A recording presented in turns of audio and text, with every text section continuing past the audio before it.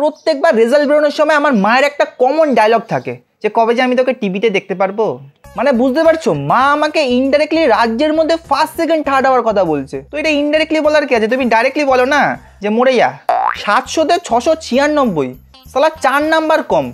হ্যাঁ, আমি সালা হাফ নাম্বারের জন্য স্কুলের মধ্যে স্যারের সাথে লড়াই করতাম যে স্যার আমাকে 40-এ হাফ কেন দিয়েছেন। আমার 1 পাওয়ার কথা ছিল। স্যার বলে কিনা আমার উত্তরের সাথে প্রশ্নের কোনো মিলই খুঁজে পাইনি। স্কুলের রেপুটেশন বাঁচানোর জন্য আমাকে হাফ নাম্বার দেওয়া হয়েছে। মানে ভাবো, স্কুলের রেপুটেশন বাঁচানোর জন্য আমাকে হাফ নাম্বার দেওয়া হচ্ছে, সেখানে রাজ্যে ফার্স্ট সেকেন্ড থার্ড। হ্যাঁ, মানে আমার মা নাই ফার্স্ট সেকেন্ড থার্ড বিষয়টাকে ছ্যাবলামি মনে করে যে ওরাও পেরেছে আমার ছেলেও পারবে। আরে অকাত বুঝে কথা বলে না ভাই। আমার মায়ের কাছে ভালো রেজাল্ট বলে কিছু নেই। খবরের চ্যানেল আসেনি, তাহলে আর কি রেজাল্ট হলো। আমি বোর্ড এক্সাম দিয়েছি 4 বছর হয়ে গেছে। আমার মা রেজাল্ট দিলে এখনো খবর খুলে বসে থাকে। এমন না যে শুধু দেখছে, লোকের সফলতা দেখে আমাকে বকা শুরু করে, বলে কি না অভাবের সন্তানগুলি না ভালো রেজাল্ট করে, জানিস তো।